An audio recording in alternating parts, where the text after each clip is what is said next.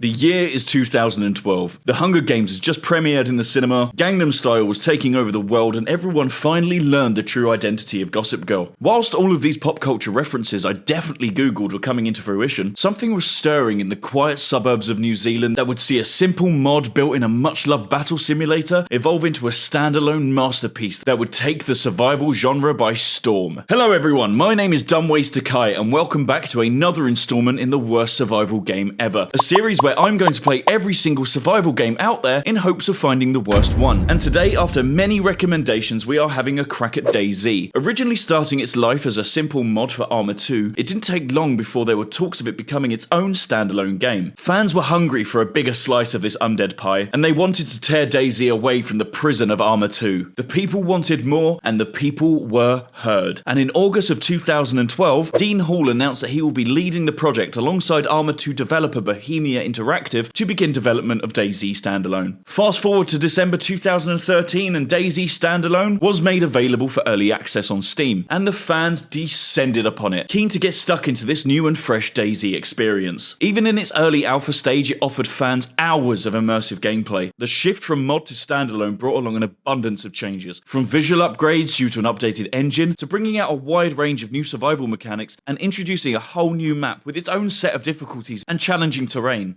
DayZ was really a pinnacle moment for the survival genre, inspiring a plethora of titles in its wake. On top of that, it had a huge impact across the streaming world, with both YouTube and Twitch being flooded with DayZ related content. This game had truly become a part of people's lives. This is where my story begins with it. Up until now, I had barely touched DayZ, but thanks to the many suggestions of you guys, I finally got around to playing it at its fullest, and I was not disappointed in the slightest. So strap in and enjoy my small journey in what is without a doubt one of the biggest survival games I have played to this date. Now, I'm not going to sit here and lie to you. My first few playthroughs of this game were almost mind-numbingly boring. I genuinely thought I had been duped. I sat here and thought, what am I missing? Surely people can't be enjoying this. It's almost impossible to keep myself alive through no other reason than succumbing to dehydration or starvation. I came to a point where I thought people must really enjoy walking and dying of thirst over and over and over again, because that was my first experience with the game. But the more I played and the more I learned the ways, it really started to grow on me. Each playthrough using the new skills I'd picked up to survive just that little bit longer. I first opened up the game and checked out the official servers. Going for my usual approach of first player experience, I wanted to experience this game at its barest, and browsing through I saw there wasn't that many official servers available. I chose one that had the most players on it in the hopes of bumping into any fellow survivors. And yes, I now know how naive my approach to this was. Creating my character, I was met with a fairly modest list of presets, but doing my best with what is provided, I decided to go with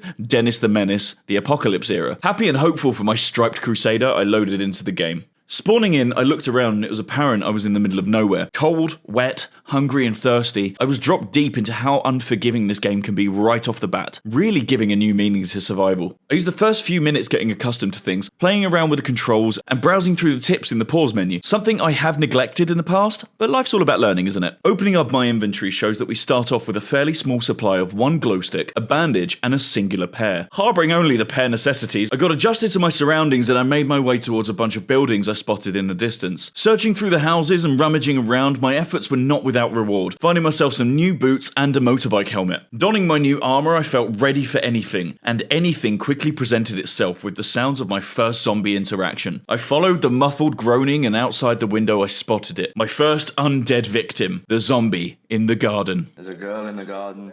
What?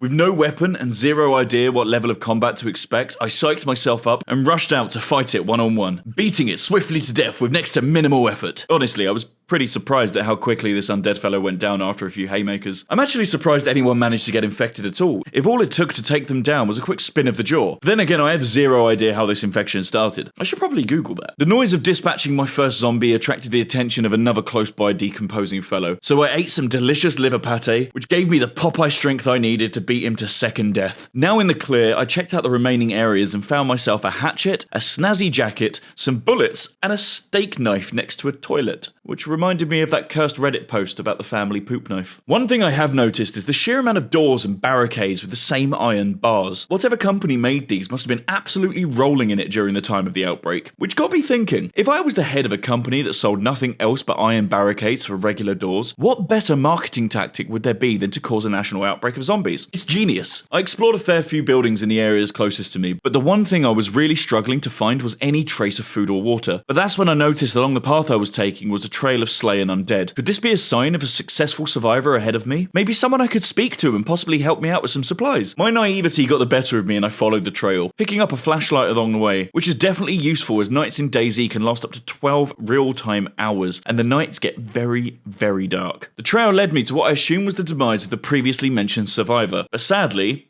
for him at least, death had got to him before I had. Cause of death unknown, but he didn't have much loot on him, suggesting it could have been another passing survivor. But apparently in DayZ, one man's trash is another man's meaty treasure, as with my hatchet in hand, the prompt to skin the body appeared on screen. At this point, my hunger was driving me more than my moral compass, so I started chopping up this hopefully fresh corpse and turned this ex-chap into a delicious filet mignon. But my butchery was interrupted by two local decomposing gentlemen, probably lured by the tantalizing smell of my freshly chopped man meat. I disposed of them quickly enough, but not without repercussions, as I started bleeding out quite profusely, to the point where my vision began to turn monochrome. I patched myself up and noticed my blood level was drastically low, and this was the cause of my sudden colorblindness. I needed to find a willing participant to donate me some blood quickly. This is why having friends is important, guys, to keep them around as potential donors. One nice little detail I noticed whilst patching myself up is how your clothes physically deteriorate with each altercation, decreasing their overall effectiveness. But this can be patched up with sewing kits you'll eventually find lying around. It's nice little immersive touches like this that really add up and make the game even more enjoyable. Now, I didn't really fancy chowing down on some raw human steaks, so luckily I found some matches and a stove with a cooking pot in a nearby house. Dinner time had come. Although, my first piece of well done human hit my stomach like a lead weight, and I violently threw up. Dennis clearly hadn't got the stomach for it, but times are tough and he will have to learn to enjoy it. Whilst waiting for the remainder of the flesh to cook, I checked out the surrounding area for more loot. Didn't find much, so I consumed some more flesh and went on my way. But not before I cooked up some more human meat. Hunger is my bitch.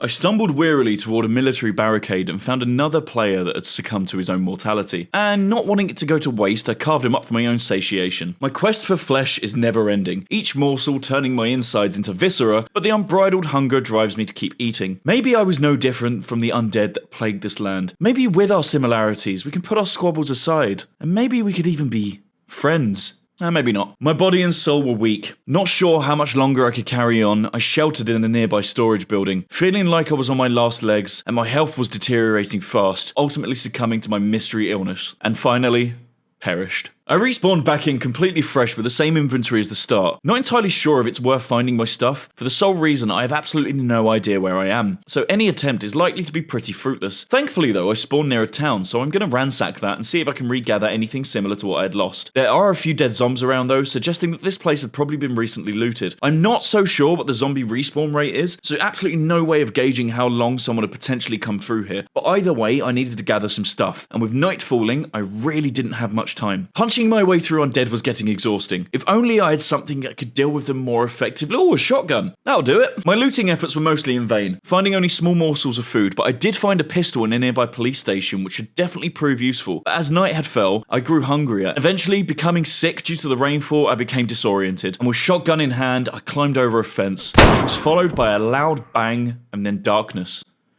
After a short amount of time, my vision recovered, and I found myself lying on the floor, mortally wounded, and it didn't take me long for me to slip into the shadow realm. I'm unsure exactly what killed me, but my best guess is I misfired the shotgun directly into a portion of my skull, which is an easy, yet proven fatal mistake to make. From this point though, I decided to go against my usual formula. My whole idea behind this series is to play the game as the developers intended. No mods, no upgrades, no enhancements, just the bare bones basics. But I soon realised this was closing me off to a world of opportunities. Some games are merely there to serve as the foundation for a strong modding community that turn a good game into a great game, and that is not something I should shy away from. I have learnt the error of my ways, and I want to explore the unbridled possibilities of a world beyond unmodded gaming. So with that in mind, I decided to try a new server, and I found one I like the look of called Dawn of the Walkers, and after installing a staggering amount of mods, I loaded in with a newfound excitement. Already, right off the bat, I can tell this is going to be a much more enjoyable experience, giving me a choice of spawn locations and finally getting a chance to see the map in full, and I was awestruck at how big it is. No wonder I got lost so many times.